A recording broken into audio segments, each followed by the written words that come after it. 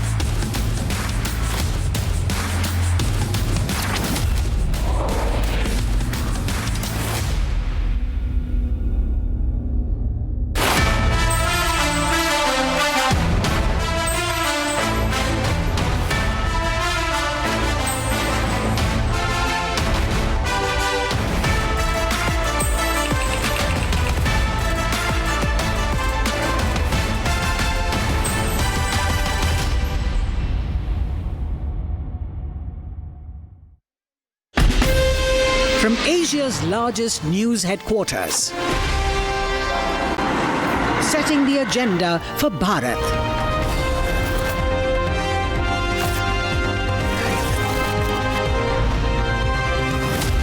You're watching Republic.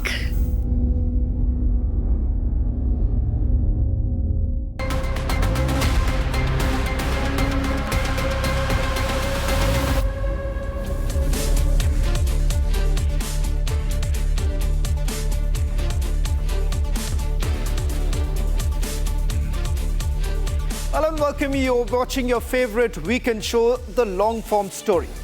It's this place where we take you through stories uncovered through the week. An in-depth dive into what we believe is the biggest story of the week and the newsmakers. Tonight on The Long-Form, I come to you with 4 very special reports.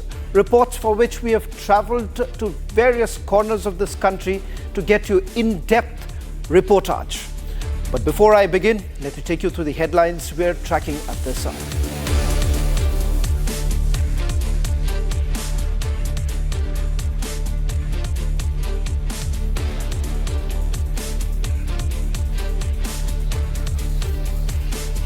The 20 crore arms deal link. What's the link between the luxury yacht of dealer Adnan Khashoggi to a bungalow in Ghaziabad?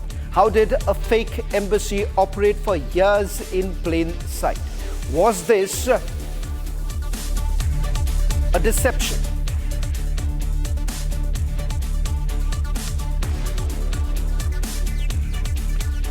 Well, it's India's biggest buried crime. Ladies and gentlemen, tonight on The Long-Form, we take you to Dharamsthala. What's really happening on the ground? The SIT has been formed, and why exactly this is becoming one of the biggest talking points. In Karnataka, a former sanitation worker's chilling allegation has shaken the nation. Hundreds of bodies buried in secret, victims of suspected violence. What's the Dharamsthala truth? And far away in the hills of Manipur, the echoes of World War II come alive. Construction workers in Imphal have stumbled upon relics from the 1944 Battle of Imphal. All this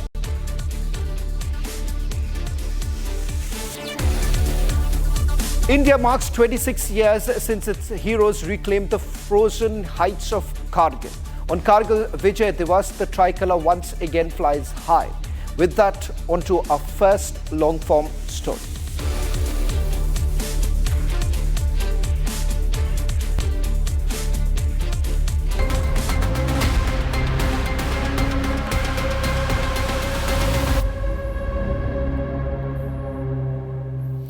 Ladies and gentlemen, this is a tale of deception, diplomacy, and a trail that stretches from the luxury yachts of arms dealer Adnan Khashoggi to a quiet bungalow in Ghaziabad. For years, in one of Uttar Pradesh's most well-heeled neighborhoods, a man ran a fake embassy. Not just a scam, but a sophisticated fraud network. Investigation hints this was not the work of a lone fraudster, but part of a wider global network with ties to some of the most shadowy figures. On the long-form story, was this about power, profit, or something far more sinister?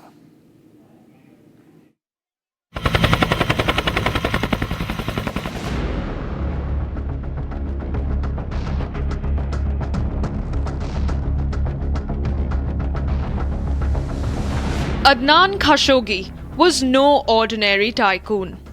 In the 1970s and 80s, he brokered arms deals worth billions, navigating a web of governments, spies, and tycoons. His empire was built on more than arms deals. His labyrinth of offshore companies and discreet financial maneuvers made him a master of moving money across borders. Decades after his peak, his shadow looms over an unlikely place, a quiet neighborhood in Ghaziabad in India, where a fake embassy thrived for 7 years, raising questions about a global nexus of money and deception.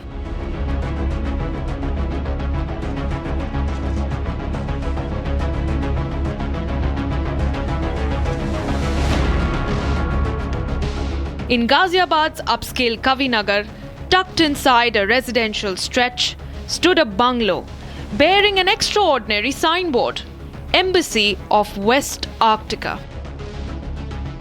A shocking incident has come to light from Ghaziabad where a person was running a fake embassy. Right now you can see the visual. I would like to request my Vijay to show you the visual of this KB35 Kavinagar complex. This is a bungalow where basically an embassy was being run by this main accused. And in this case what we have seen that the UPSTF have found several documents and they have seized 4 vehicles with diplomatic numbers. Here you can see the visuals over here outside this very bungalow. Here 4 vehicles were parked with diplomatic numbers and they were seized by the UPSTF team from Ghaziabad. No government emblem, no official diplomatic security. Just a 2-story residence with a name that suggested sovereignty. It was from here that Harshvardhan Jain, a 47-year-old MBA graduate from London, ran what investors now call a full-fledged fake embassy for 7 years. After the arrest was made, various things were recovered from this fake embassy, like cash worth rupees 44,70,000, foreign currencies, fake passports, fake diplomatic number plates, cars, luxury cars with fake diplomatic number plates. So after now the case has been registered, Harshvardhan Jain has been arrested. These are the details that we're picking up while reporting from outside the fake embassy, which has been running for years now. Jain posed as the Consul General for fictional micronations, Westarctica and Seborga, luring victims with promises of overseas jobs and business deals. From the so-called embassy, Uttar Pradesh STF teams have recovered 12 forged diplomatic passports, 18 fake diplomatic number plates, 44.7 lakhs in cash, foreign currency, 2 fake press cards, forged seals of the Ministry of External Affairs, and 34 seals from private companies and international organizations. The con extended beyond walls. Investigators say the now seized luxury vehicles bearing fake diplomatic plates were used to lure clients for foreign job placements or to park illicit funds under the guise of diplomatic immunity. किस तरह के लोग आते थे? कोई अधिकारी आता था यहाँ पे? मुझे इस चीज़ को पता नहीं है, ना मैंने देखा है। बोला गाड़ियाँ 4 खड़ी रहती है, तो ये देखा हुआ है।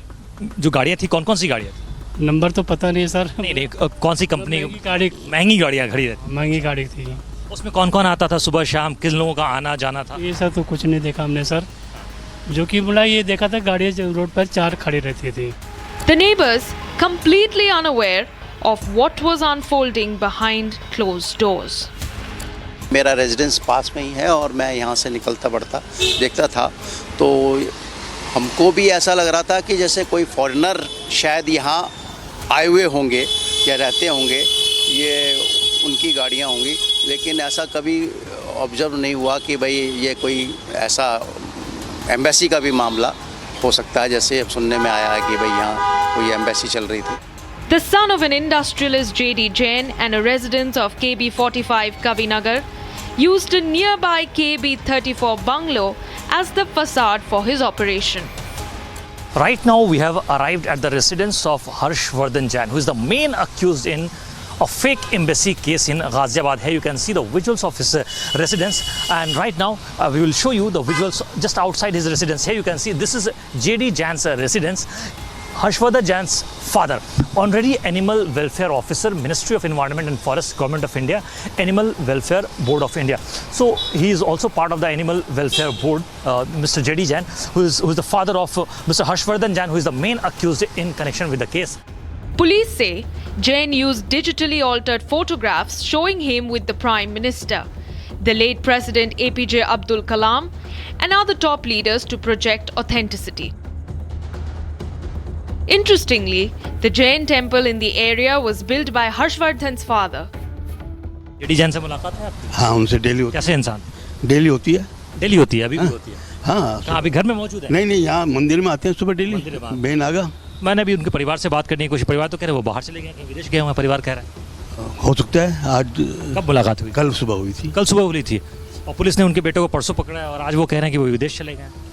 तो हो सकता है कल चले गए हों। और क्या क्या बिजनेस है इनका? ये मंदिर इन्हीं का बनाया हुआ है। अच्छा, ये मंदिर उनका ही बनाया हुआ है पर्सनली, वो अपने पैसे से।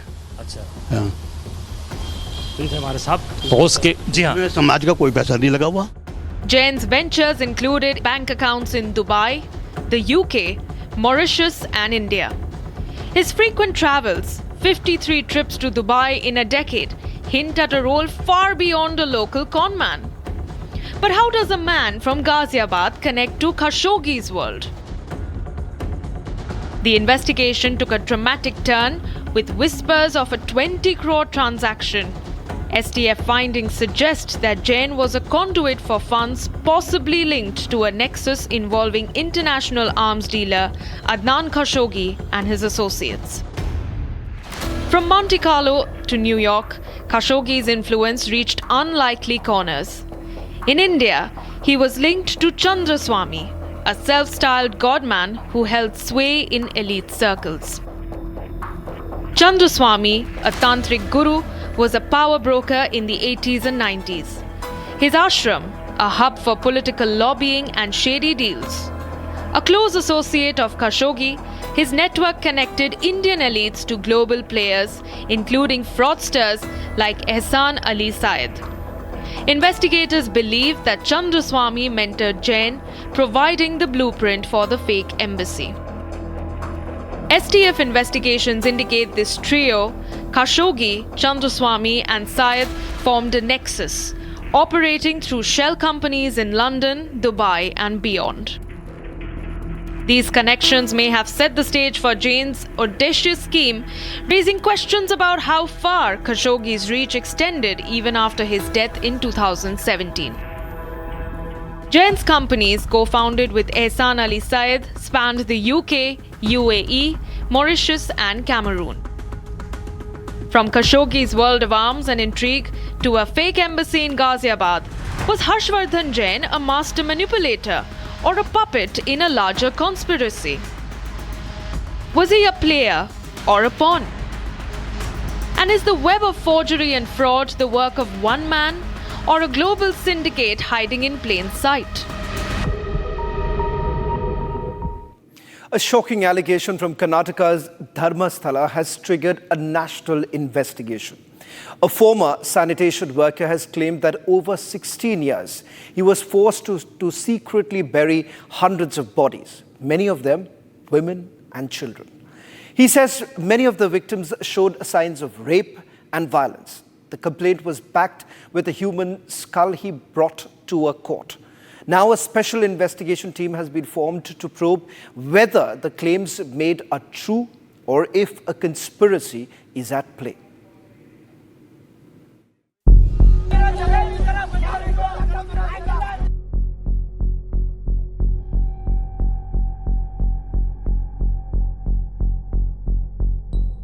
Everything was fine in Dharamsthala until an unknown person who appeared out of thin air made a shocking statement in the Beltangli's court. He mentioned that he was a sanitation worker who was working in Dharamsthala from the year 1995 up to 2014. He mentioned in his letter that an influential family of Dharamsthala had forced him, had ordered him, had threatened him to death to bury at least hundreds of bodies of girls or women aged between 12 up to 80. Dharamsthala in Karnataka is known for its centuries-old Manjunatha temple, packed with thousands of devotees every single day.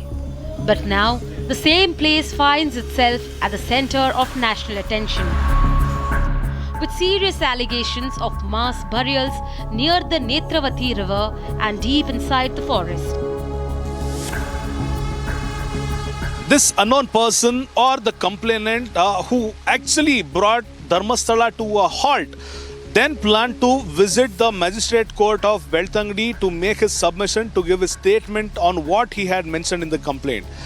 In the visual you can see the Beltangdi court where the complainant made the statement to the magistrate under section 164. The statement also includes various other sensitive details which is not mentioned on the complaint. He also demanded and requested the magistrate to give him the utmost security because he was very clear when he made a statement that this influential family of Dharamsthala would go to any extent to make sure all the truths get hidden for a longer time. On the other hand, the advocates who were present with the complainant also demanded or requested the magistrate to provide him with the utmost safety because he was the only person who had witnessed all these incidents for at least 2 decades is what the advocates and the complainant has mentioned in front of the magistrate. It all gained traction when a man walked in the courtroom holding a skull and a letter. He said, "Protect me. Powerful people want me silenced." So 2 ವಾರದಿಂದ ಏನು police complaint ಆಗಿತ್ತು ಒಬ್ಬ ಸಾಕ್ಷಿ ವಿಚಾರವಾಗಿ. ನಿನ್ನೆ ಸಂಜೆ ವೇಳೆಯಲ್ಲಿ ಅವ್ರಿಗೆ police protection ಮಂಜೂರಾಗಿತ್ತು. ಇಲ್ಲಿನ ಕಮಿಟಿ ಏನಿದೆ ಅವರು ಪರಿಗಣಿಸಿ ಅವ್ರಿಗೆ ಪೊಲೀಸ್ ಪ್ರೊಟೆಕ್ಷನ್ ಕೊಡಬೇಕು ಅಂತೇಳಿ ಸ್ಯಾಂಕ್ಷನ್ ಮಾಡಿದ್ರು. ಇವತ್ತು 164 ಸ್ಟೇಟ್ಮೆಂಟ್ ಅಂದರೆ ಮ್ಯಾಜಿಸ್ಟ್ರೇಟ್ ಎದುರು ಸ್ಟೇಟ್ಮೆಂಟ್ ದಾಖಲಿಸ್ಕೊಳ್ಳೋಕ್ಕೆ ಇವತ್ತು ಅನುಮತಿ ಕೊಟ್ಟಿದ್ರು. ಸೊ ಅದಕ್ಕೋಸ್ಕರ 4 ಗಂಟೆಗೆ ಬಂದಿದ್ವಿ. 4:15 ಬಂದು 1 ಅವರ್ ಪ್ರಕ್ರಿಯೆ ನಡೀತು. ನಾವು ಮ್ಯಾಜಿಸ್ಟ್ರೇಟ್ ಅವ್ರನ್ನ ಕೇಳಿದ್ವಿ, ವಕೀಲರಾದರೂ ಇರೋಕ್ಕೆ ಬಿಡಿ, ಬಿಕಾಸ್ ಅವರೇನು ಅಕ್ಯೂಸ್ಡ್ ಅಲ್ಲ, ವಿಟ್ನೆಸ್ ಆಗಿ ಬಂದಿರೋದು. ಸೊ ಬಟ್ ಪ್ರೊಸೀಜರ್ ಅಲೌ ಮಾಡಲ್ಲ ಅಂತೇಳಿ ಅವರು ಏಕಾಂತವಾಗಿ ಪ್ರಶ್ನೆ ಕೇಳಿ ಸ್ಟೇಟ್ಮೆಂಟ್ ದಾಖಲು ಮಾಡಿದ್ದಾರೆ.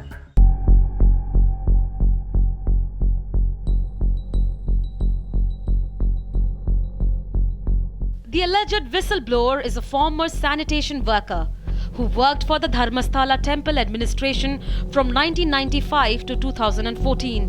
He filed his explosive complaint on July 3rd with the Dharamsthala police. Complainant alleges that he was forced to bury and cremate hundreds of bodies, mostly of women and minors, many showing signs of sexual assault, allegedly buried between 1998 and 2014. Advocates of the whistleblower have argued that systemic failures in the local law enforcement may have enabled the alleged secrecy. The police not taking him to the site tells me that they have failed to do what is their most primary and fundamental work. What does the police do? For 15 days, they say, okay, we will take you to the judge. Okay, it's a good thing that they took him to the judge, and where the judge recorded the statements in the absence of lawyers, right? So that nobody could say that, okay, this is a man making claims actually based on what lawyers actually might have told him or whatever. And they also spent 4 hours with him, investigating him, while after which they leaked out many things that he said, and the complaint has already been lodged with the DGP. I don't know what they are doing about it. This week, the Karnataka government ordered a special investigation team to probe the allegations. The SIT has been asked to investigate rape, murder, secret burials over a span of 16 years. This is the site where the complainant waited with his lawyer in order to show Karnataka police the site of mass burials where the police did not show up. At this point of time, I am in one of the remote locations of Dharamsthala, which is probably a couple of meters away from the Netravati riverbank. As per the complainant's statement, he had mentioned in his complaint that he had exhumed the remains or the skull of an unknown person, which is very closer and which is within the perimeter of the Netravati riverbank. Now, I am in such location where the complainant had informed the police, the Dharamsthala police, that he would be showing them the exact place of where he had exhumed that skull. He was waiting, the complainant was waiting with his advocates for the Dharamsthala police to arrive to the location, but the police didn't turn up, and these people had to leave after waiting for 1.5 to 2 hours from this location. When police did not show up, he walked straight to the court with a skull in a plastic bag. I am in one of the crucial locations which is mentioned in the complaint by the unknown person. I am exactly in the place named Kalleri, where a petrol pump has been mentioned in the complaint, stating that a couple of years ago when this complainant was forced to reach the place, one of the secluded place which I will be showing you now. So one of these places which is at least around 500 meters from the petrol bunk, she was partially naked and he had clearly seen the marks on her body where it was of physical abuse, and he also mentioned the exact location from where the petrol bunk is located. He mentions 500 meters just beside the petrol pump is a dense forest, and in one of these portions of the forest is where he mentioned that he had buried the 12 to 15-year-old girl child. In the Kalari jungle, the complainant says there is another pit that belongs to a 20-year-old woman with acid burns, and that he was forced to bury her too. So in his letter, he had mentioned he had witnessed a 20-year-old college-going woman or a lady who was brutally murdered, who was naked. Her face had been damaged by pouring acid on that, and also, not to forget, her body had various other marks of physical molestation and sexual assault. On the other hand, all her belongings were burned by using diesel is what he has told. So this is the location where he mentioned these two incidents have occurred. Probably, if at all, the special investigation team which has been constituted by the government visits the denser forest, there might be yet more examples or yet more proofs if at all his claim is true. As the case sent shockwaves across the nation, the Home Minister G. Parameshwara and Siddaramaiah responded. It is to look into the,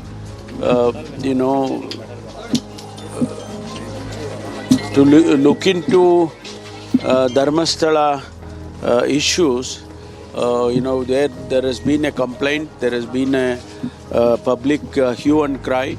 Government has taken note of all this and then constituted an SIT to look into this entire thing.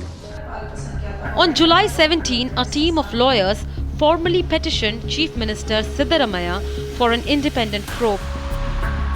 On July 20th, the Karnataka government constituted a special investigation team to investigate the alleged mass graves, disappearances and crime against women and students in Dharamsthala for over the past 2 decades. Women Commission of Karnataka, Supreme Court retired judge, and not only them but also the entire civilians of Karnataka with various agencies demanded the Chief Minister and the Karnataka state government to constitute a special investigation team. Now, a team headed by 4 IPS officers along with 20 police staff from various other parts of the state have been constituted under a special investigation team, and they are about to reach to Dharamsthala police station in the next couple of days. They have various other challenges to unearth now. As opposition questioned the government's intent to investigate the whole matter, what followed was IPS officer Soumya Lata writing a letter to step down from the SIT team in Dharamsthala mass burial case. ಗೊತ್ತಿಲ್ಲ ನನಗೆ ತಾವು ಮಾಧ್ಯಮದಲ್ಲಿ 2-3 ಸಾರಿ ಅದನ್ನು ಪ್ರಸ್ತಾಪ ಮಾಡಿದ್ದೀರಿ, ಅದನ್ನು ನೋಡಿದೆ. ಒಂದು ವೇಳೆ ಅವರೇನಾದರೂ ನನಗೆ ಅಫಿಷಿಯಲ್ ಆಗಿ ಬಂದಿಲ್ಲ, ಅನ್ಅಫಿಷಿಯಲ್ ಆಗಿ ನನಗೆ ಬಂದದ್ದೇನು ಅಂದರೆ ಅವರೇನೋ ಪತ್ರ ಕೊಟ್ಟಿದ್ದಾರೆ, ನನಗೆ ವೈಯಕ್ತಿಕವಾಗಿ ಕಾರಣ ಇದೆ ಅದರಿಂದ ನನಗೆ ಬೇಡ ಅಂತ ಏನೋ ಹೇಳಿದ್ದಾರೆ ಅಂತ ಅದನ್ನು ರಿಪ್ಲೇಸ್ ಮಾಡ್ತಾರೆ. ಒಂದು ವೇಳೆ ಆ ರೀತಿ ಇದ್ದರೆ ರಿಪ್ಲೇಸ್ ಮಾಡ್ತಾರೆ ಅವ್ರನ್ನ.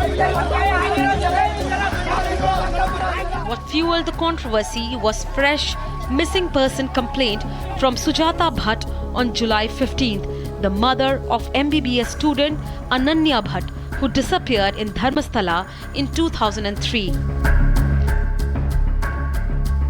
We also spoke to the whistleblower's lawyer advocate K.V. Dhananjay. He told Republic his client is ready to take investigators to every single grave. What he did only because he was threatened with being cut to pieces and his family being cut to pieces if he would not do that. He could have been where he was, right? Wherever he was. He said he fled to a place outside Karnataka in 2014. This is 2025. Why does he have to return? He could just be there. And all the books here, you could read all the books here, you will not find a case like this. Why? Because whatever we learn in criminal jurisprudence is somebody who commits a crime wants to run away, wants never to face the police, right? And more so when no one is looking. the hundreds of bodies that he claims, he doesn't know their names. He doesn't know their identity. There are no pending cases there. It's not like they're looking for these deaths, these rapes. I mean, he claims that there were these raped women, right? And of course, schoolgirls as well. Who is looking for these bodies? No one is, right? And he still says, I want to come out. I want to unburden my conscience. How? By digging out the bodies. So what do? You take him to the place where he's put in the bodies. The outrage over the claims made in the temple town has sparked a big debate across India. 10 days since the SIT was formed and not one exhumation has been done. Not one body has been recovered. If proven true, these claims would mark one of India's largest cases of institutionalized abuse and disappearance, and now unanswered questions are haunting Dharamsthala. In a surprising discovery that echoes of a distant war, construction workers in Manipur's Imphal West district have unearthed relics believed to be from World War II. The historic find took place in LongForm, not far from a known Allied military site that was used during the 1944 Battle of Imphal.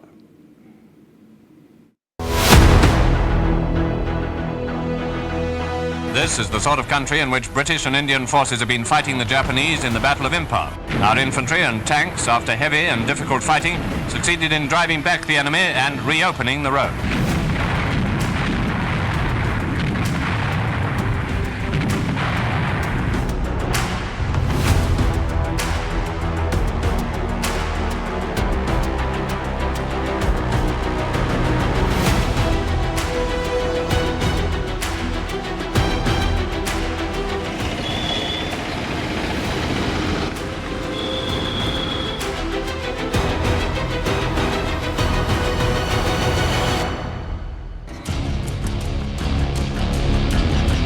Rusted shell casings,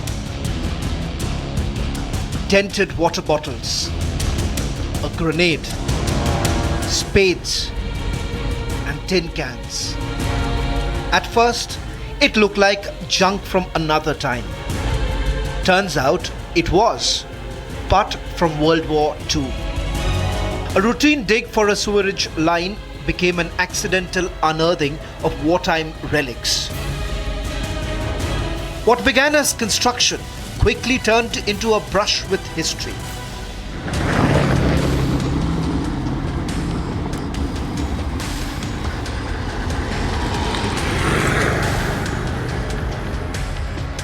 Republic reached Imphal West to dig deeper into a past that's resurfacing, piece by rusted piece.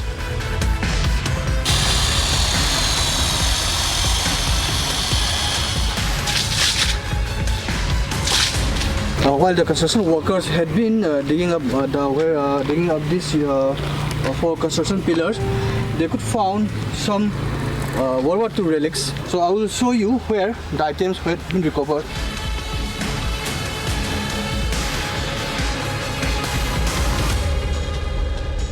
Pillar के अंदर में जो हमने पुराने वाले world war 2 में गाड़ी का पार्ट है, उसके बाद ग्रेनेड वॉर्म है ना, वो भी मिलता है और सब 20 आइटम्स में मिलता है। पुराने वाले इसे गांव में जो पीपल है ना, इसने बता दिया तो सेकेंड वर्ल्ड वॉर में रहते हैं, and then so we can understand about the histories of those moments.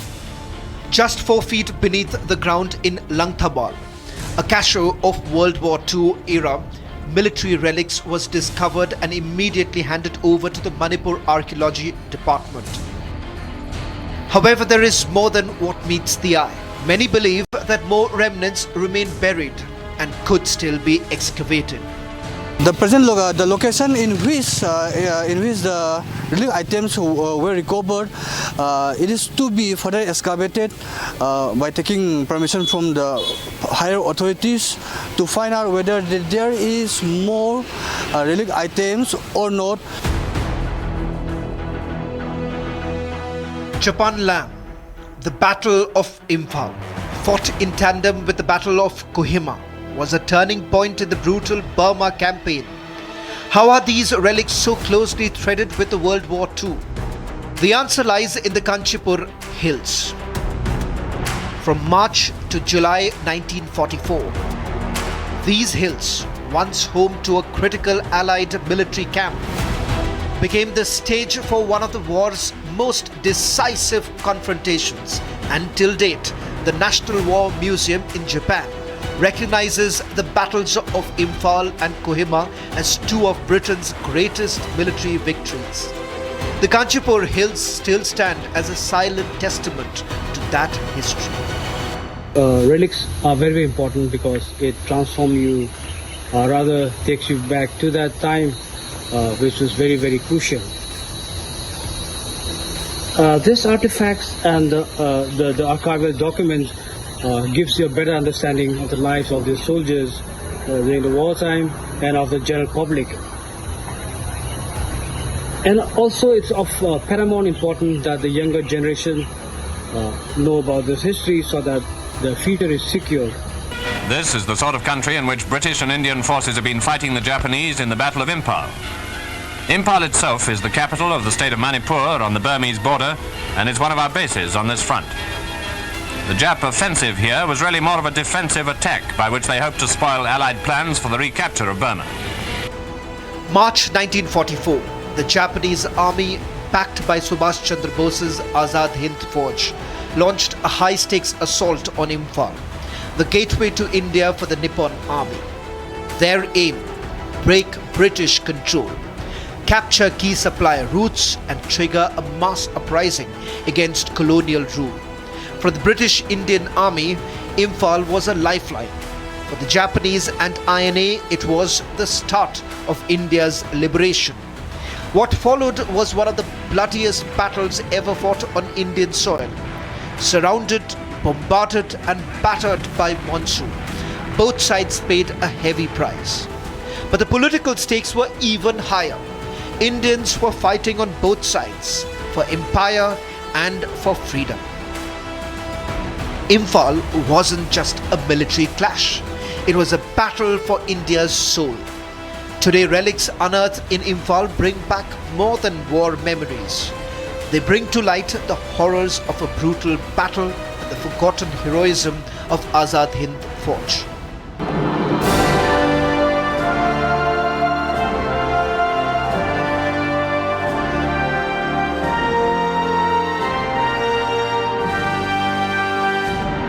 The relics were more than rusted remains. They were a trigger, a time machine for one family in Imphal East. They reopened a chapter long buried beneath the soil of history. They brought back cherished memories of their grandfather, Captain Naki Ahmad Chaudhary of the Azad Hind Fauj, a captain who served under Colonel Shaukat Ali Malik, the man who on 14th of April 1944 unfurled the Indian tricolour at Moirang Kangla, the first time the flag of independent India flew on its own land. These relics didn't just tell a story of war, they revived the untold tale of a freedom fighter and the forgotten soldiers of the Azad Hind Fauj. Saragumba ko amasu yaubane duga magi kano kai kano ani hum disu bane ba ai su sing nan phajana ju kano taude ba haiba ngamde ba mapana loina adu cheksin na thambane ba mapaga unaga ti phajana nuhinu ba phanga tane ba poto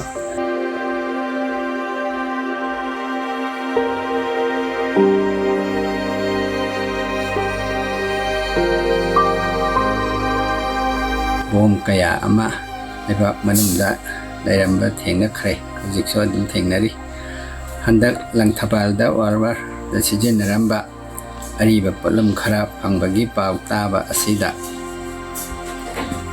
aigi baba su warwar matamda sipai ramba nam baba bangchini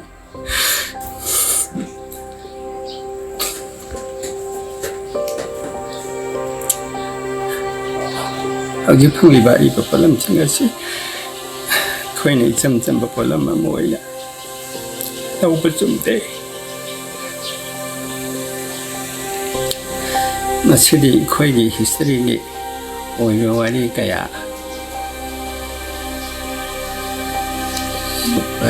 ꯑꯃꯒ ꯁꯥꯒꯣꯟꯅꯕ ꯄꯣꯠꯂꯝ ꯉꯥꯛꯇꯅꯤ ꯃꯔꯝ ꯑꯁꯤꯅ ꯃꯇꯝ ꯑꯗꯨꯒꯤ ꯊꯧꯅꯥ ꯐꯔꯕ ꯏꯄꯥ ꯏꯄꯨꯁꯤꯡꯅ ꯂꯧꯔꯝꯕ ꯊꯧꯗꯥꯡꯁꯤꯡ ꯑꯗꯨꯁꯨ ꯏꯀꯥꯏ ꯈꯨꯝꯅꯕ ꯎꯠꯄ ꯑꯣꯏꯅ ꯄꯣꯠꯂꯝꯁꯤꯡ ꯑꯁꯤ ꯇꯨꯡꯒꯤ ꯃꯤꯔꯣꯜꯗ ꯈꯪꯍꯧꯅꯕ ꯅꯤꯡꯊꯤꯅ ꯌꯣꯛꯈꯠꯇꯨꯅ ꯊꯝꯕ ꯃꯊꯧ ꯇꯥꯏ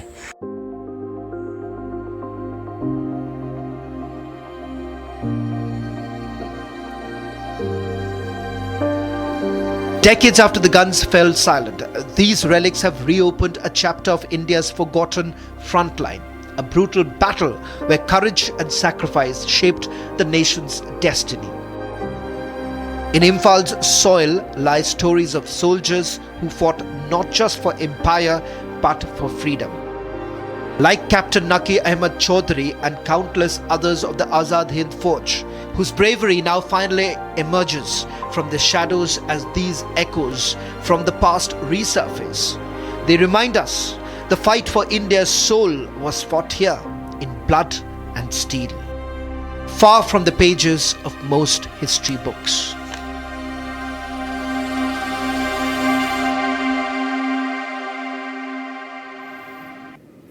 This year, in the background of the strategic victory in Operation Sindoor, the nation unites to commemorate the 26th Kargil Vijay Diwas, a radiant milestone in India's legacy. As we celebrate the triumphant victory of 1999, when our indomitable soldiers defying icy peaks and relentless enemy assaults recaptured Kargil's towering heights with unparalleled bravery and steadfast determination. On 26th of July, the tricolour unfurled majestically atop Ladakh's rugged mountains, embodying the supreme sacrifice, heroic valour and unyielding spirit of our nation. लड़ाई के परिणाम के बारे में भी मेरे मन में कोई संदेह नहीं है। हमारी विजय निश्चित है और हम विजयी होकर दिखाएंगे।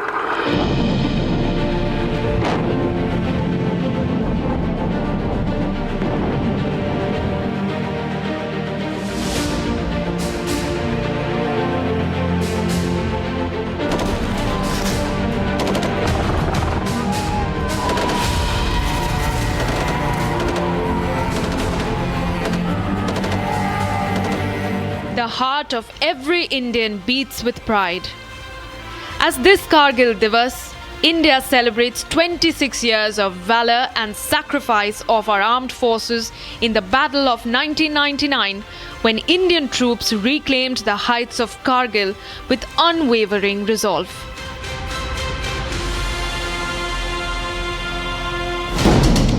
In 1999, Vijay's gritty infantry battles in icy heights of Kargil had crushed Pakistan's intrusions. And 26 years later, less has changed for Pakistan when in Operation Sindoor, swift and surgical airstrikes devastated Pakistan's terror camps and airfields. More than 2 decades apart, Operation Vijay and Operation Sindoor have showcased parallels of India's unyielding resolve against Pakistan's provocations and state-sponsored terrorism. Republic exclusively reports from Dras in Kargil this Vijay Diwas and explains the inside story of the 1999 battle. Amachan viewpoint, and from this very point one can see all those peaks where the battle of Kargil was fought. This battle was fought between India and Pakistan, and the aim was to evict those intruders who were dominating these heights. I'll ask my Vijay Firdos to focus and show you through the panoramic view how the peaks look like. These are the peaks where the battle of Kargil was fought. Be it the Tolo link, or the other peaks, as the India has adopted a multi-pronged strategy approach to overcome the challenges of 1999 of Kargil war. Small, highly trained units conducted frontal and flanking attacks to dislodge the enemy from their fronted positions. Units like the Gorkha Rifles, Rajputana Rifle, Ladakh Scouts definitely played a pivotal roles. In the Kargil war, Pakistan had planned to cut off the Srinagar-Leh highway, a crucial supply route for Indian forces in Ladakh and Siachen, which was a key objective denied by the Indian Army. The road here is the Srinagar to Leh highway, viewers, and this is very important. We'll show you this road, and as far as the Kargil war is concerned, it becomes of utmost significance. Now this road, viewers, and this is of course a very scenic view. The Srinagar Leh highway is a vital supply route for India, and Pakistan aimed to cut off this highway by occupying strategic peaks along the line of control so as to hamper Indian military operations and supply lines in this region, viewers. As you can see, this is of course a very scenic area, just like most parts of the valley, or I would say all parts of the valley. And in Kargil war, of course, this entire stretch becomes very, very important when we talk about the Kargil war. A day prior to Kargil Diwas, Republic attended the Gauravmay Sanskriti at Dras event that showcased the new age technological incubations done by the Indian Army. Honor the sacrifices made by the heroes of Kargil war. The Indian Army is displaying that how technology plays an important role in today's world, be it the world of medicine, education or the war. We are showing you the display of the drone. This is a mesmerizing drone show that has in the sky to honor the brave Kargil warriors on this anniversary of Kargil Vijay Diwas.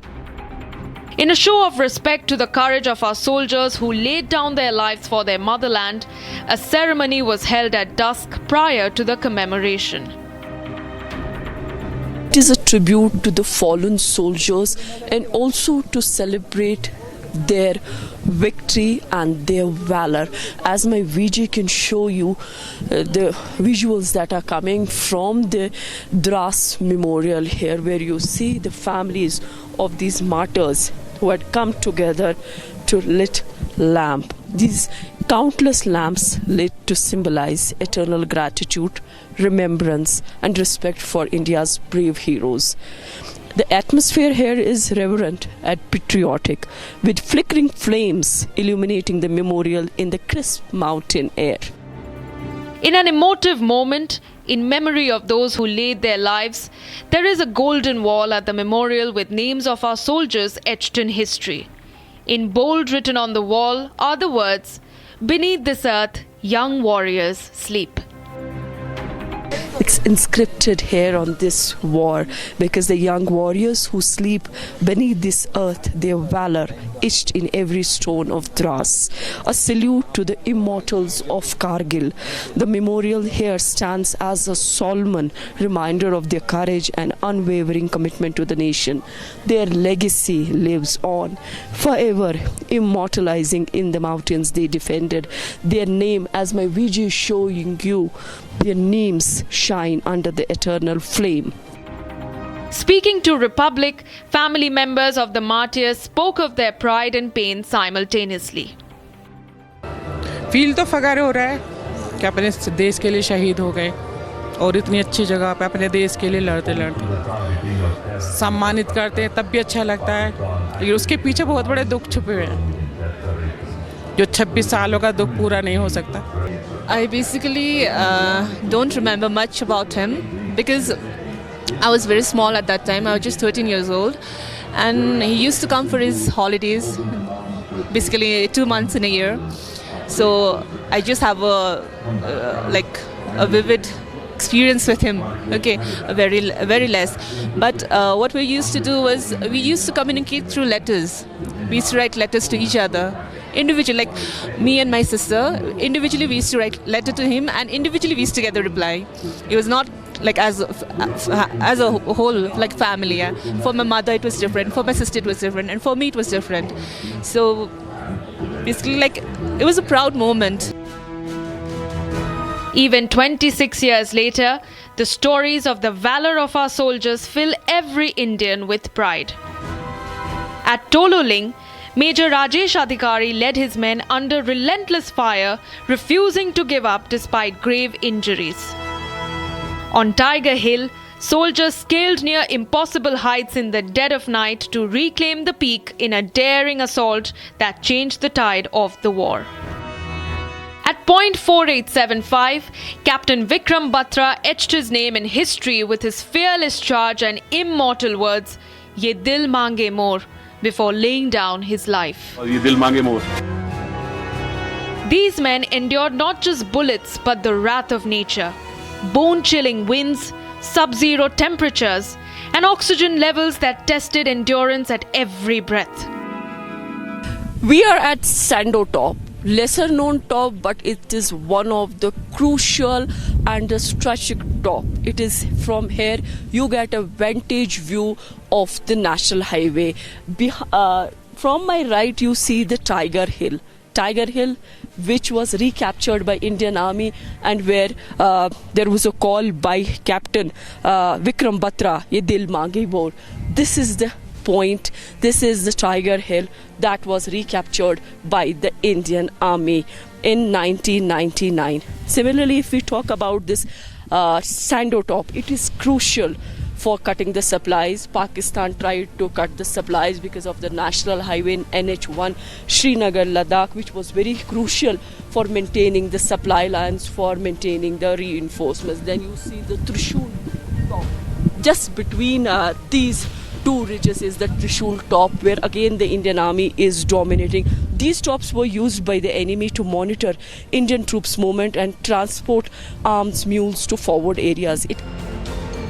Operations Vijay and Sindoor, both sparked by Pakistan's miscalculated aggression, saw India's firepower Bofors then and indigenous BrahMos now, securing two definitive victories back to back, giving lessons in inconsistency to the Western neighbour. At the Kargil Diwas, India's Chief of Army Staff spoke at length about the valour of Indian soldiers in Kargil and even during Operation Sindoor. At a moment when India celebrates the 26th year of Operation Vijay, lessons from Operation Sindoor have changed India's strategic doctrine forever.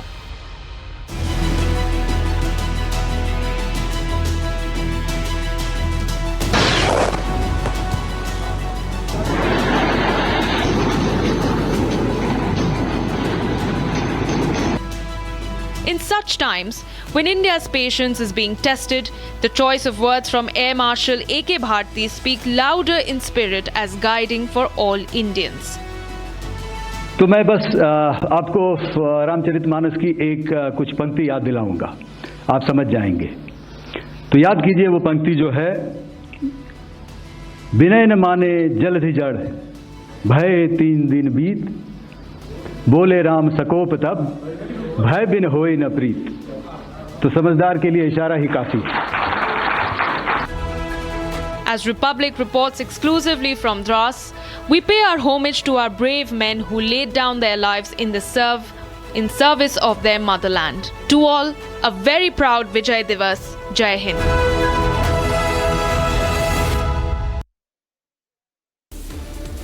That's all that we could pack in this edition of the long form story. We'll be back next weekend with more untold and in-depth stories.